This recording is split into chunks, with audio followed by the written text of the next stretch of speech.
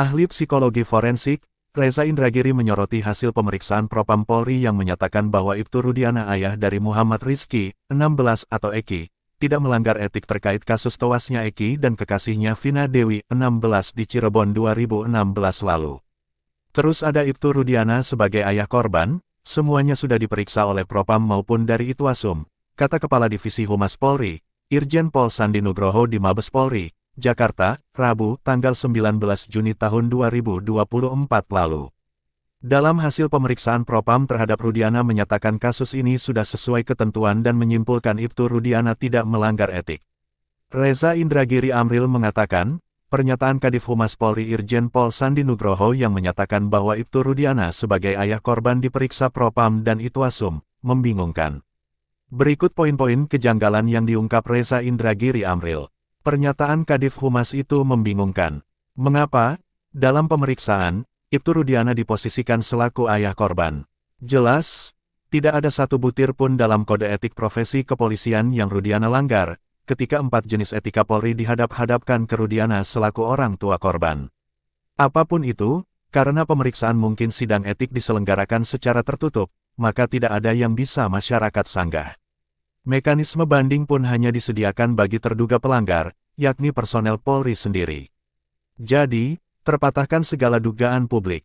Secara konkret, mari kita cermati etika kelembagaan pejabat Polri, khususnya terkait larangan dalam penegakan hukum, sebagaimana dimuat pada pasal 10 ayat 2 pada Peraturan Polri 7 tahun 2022. 1. Rudiana, di dalam laporan kepolisian yang ia buat pada tanggal 31 Agustus tahun 2016, menyebut kedua korban ditusuk.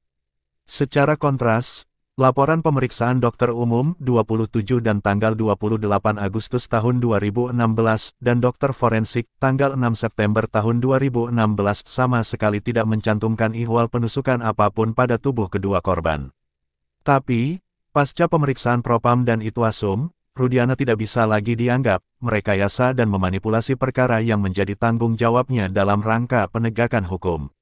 Rudiana juga tampaknya tidak akan terbukti membuat laporan palsu, pasal 220 KUHP. 2. Jika mengacu laporan kepolisian yang Rudiana buat, muncul pertanyaan, di manakah senjata tajam samurai, misalnya yang dipakai untuk menusuk kedua korban? Entahlah, pastinya, pasca pemeriksaan Propam dan Itwasum, tidak boleh masyarakat berprasangka bahwa Rudiana telah mengurangi, menambahkan, merusak, menghilangkan atau merekayasa barang bukti. 3. Informasi dari para penasehat hukum, sekian tersangka sekarang berstatus terpidana dianiaya selama pemeriksaan. Terpidana anak, Saka Tatal, secara langsung dan terbuka juga mengutarakan berbagai bentuk kekejaman yang ia terima dari pihak-pihak yang ia sebut sebagai polisi selama menjalani pemeriksaan. Tapi, pasca pemeriksaan Propam dan Itwasum, klaim telah terjadi penganiayaan serta-merta terpatahkan. Pencabutan keterangan dalam BAP, yang dilakukan sekian banyak saksi pada waktu belakangan ini, juga tidak boleh dicurigai sebagai pertanda mereka diarah-arahkan atau ditekan oleh interrogator. Dengan kata lain, tidak tersedia lagi alasan untuk berburuk sangka bahwa Rudiana melakukan pemeriksaan terhadap seseorang dengan cara memaksa, intimidasi atau kekerasan untuk mendapatkan pengakuan. 4. Rudiana, saat peristiwa di tahun 2016, menjabat sebagai Kasatres Narkoba Polresta Cirebon. Pada sisi lain, media mewartakan, Rudiana justru pihak yang menyelidiki, menginterogasi, dan menangkapi sejumlah orang yang dianggap sebagai pelaku pembunuhan berencana atas Eki dan Vina. Padahal, peristiwa dimaksud merupakan pidana umum, bukan kasus narkoba. Tambahan lagi, saat mengumumkan hasil pemeriksaan oleh Propam dan Itwasum, Kadif Humas Mabes Polri menyebut, Ibtu Rudiana sebagai ayah korban.